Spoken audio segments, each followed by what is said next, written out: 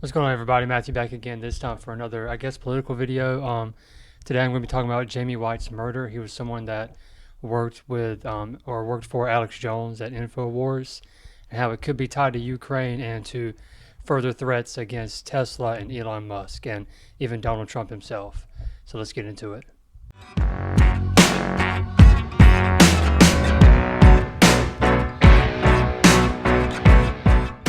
Okay, so we're going to start first with this Alex Jones video talking about the murder of Jamie White.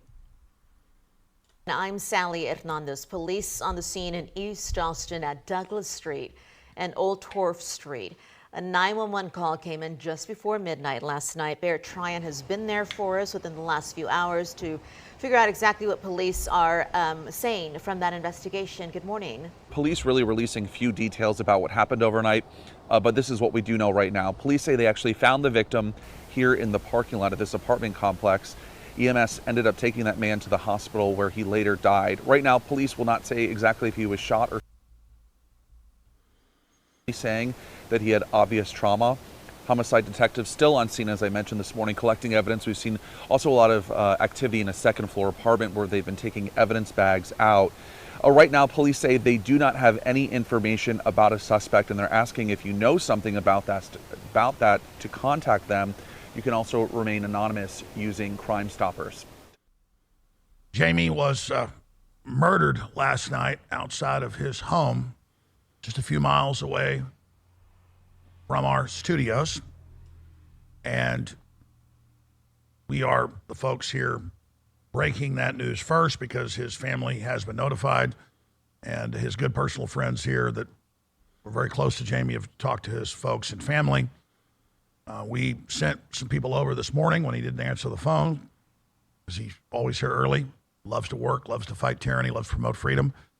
And when they got to the apartment complex, there was yellow tape everywhere and blood all over the parking lot. And we went and talked to the manager. They didn't know anything. It's like everybody else we see in the left. They just very laissez-faire. But That is true. When stuff like this happens to anybody on the right side of politics, you never hear anybody on the left talk about it, ever. Crew member saw a police officer and went and talked to them, and they made a phone call, and she had the details when she talked to him and knew Jamie. The police officer said yes, he died at the hospital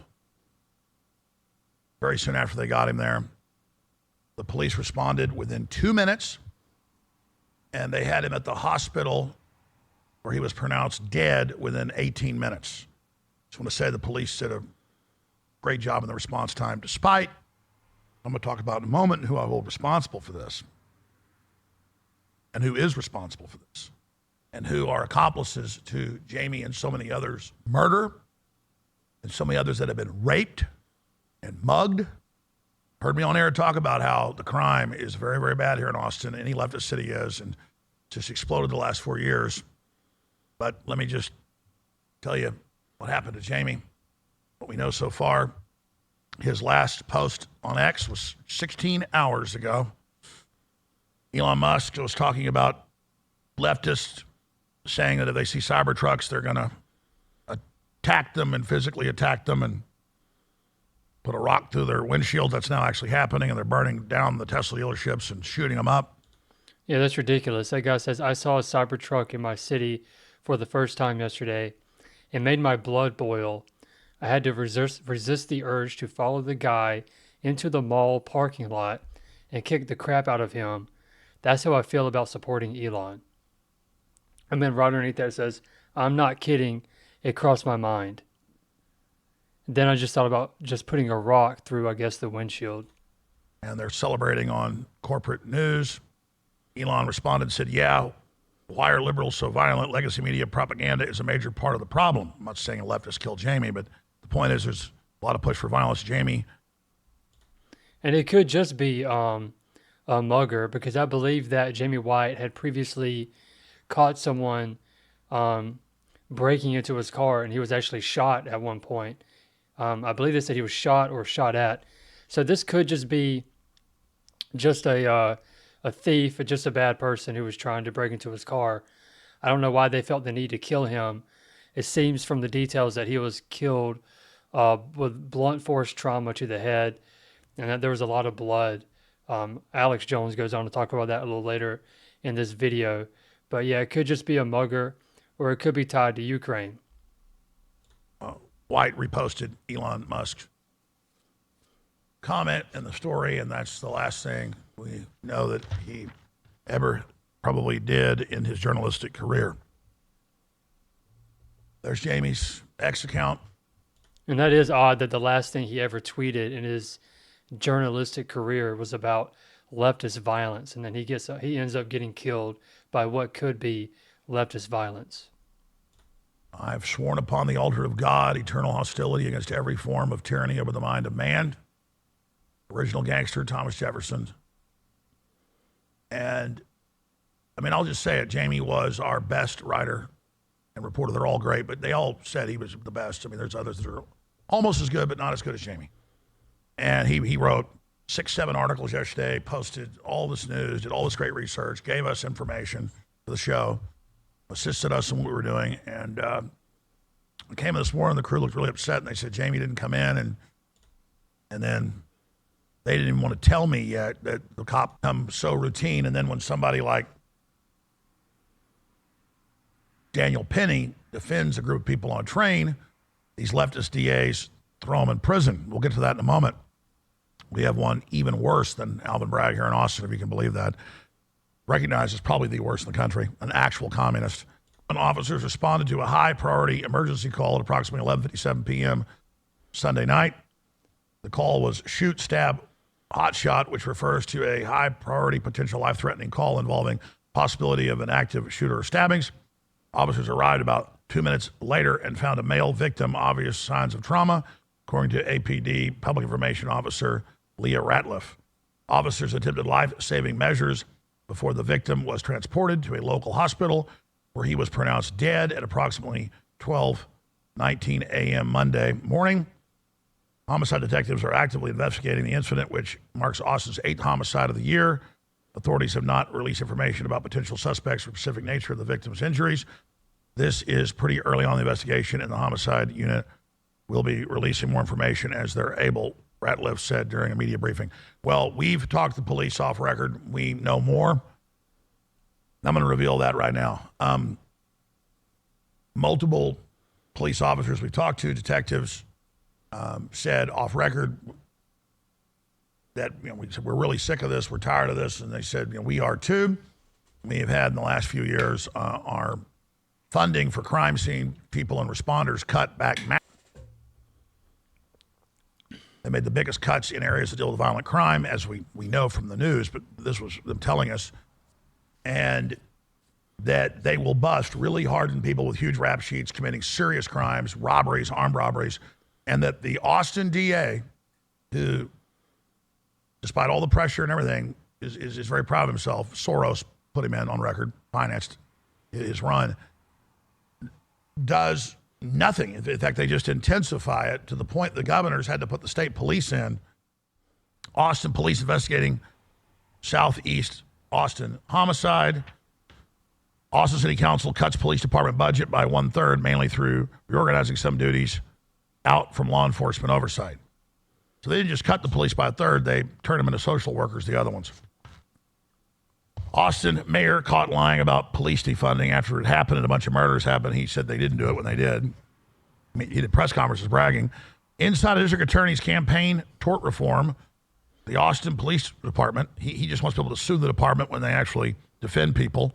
He goes after police, throws the book at them, or when a veteran driving a lift gets armed, has somebody point a gun at him, he shoots and kills him. They throw him in prison, had to be pardoned. But this is Jose Garza, who literally in Zoom meetings calls other city employees comrades. So just look at this guy. He's doing exactly what he was put in by Soros to do. And I lay all of this squarely at the feet of these DAs and of the Soros crime syndicate and of the Democratic Party. And could this be tied to all the Teslas that we see burning in the street? Here's a video of one right here. Oh my gosh, a Tesla Cybertruck is on fire. All right, There's a fleet of Cybertrucks right now. Unbelievable. Seattle fire on the scene. So you gotta get off the property. Breaking news. I'm sorry? Get off the property. All right, you've got dozens of firefighters now putting out flames on the Cybertruck. Absolutely insane. Look, you still see flames right underneath the Cybertruck. And here's another video.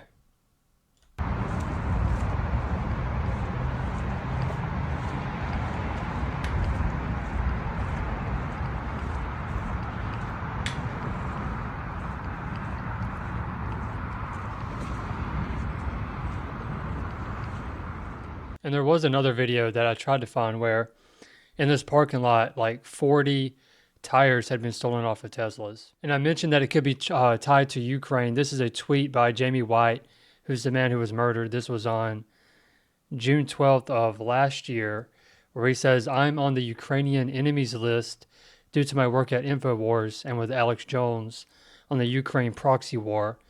The group who compiled this list is tied to the U.S. State Department, USAID, CIA, and George Soros." There's the image of it now. We don't know how true this is. I don't know where he got this image, but like I said, it could be tied to Ukraine, could be tied to all this violence that we see against Tesla because of Elon's work with Trump and the Trump administration. And we know that InfoWars is big Trump. They're big Trump people, so it could be all tied together. And it's like I said previously, it could also be that it was just a mugger. I know that Austin, Texas is like basically little California of Texas, and that it's becoming more and more violent because those leftist policies are kind of migrating there.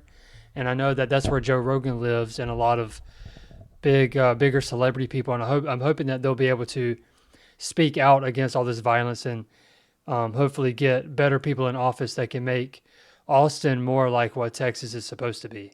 And let's not forget on January 1st, the Cybertruck that exploded at the entrance to Trump International Las Vegas. Here's that video.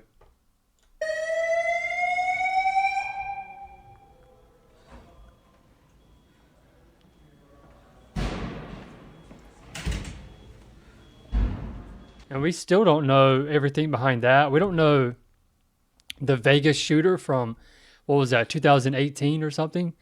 And we don't know behind this. We probably won't find out who killed Jamie White. But I mean, it's pretty obvious to see what it's all about. It's all related to politics and how they're trying to use violence to get their way. But we just have to stand strong and keep voting for people that are going to be America first and have American citizens' best interests at heart.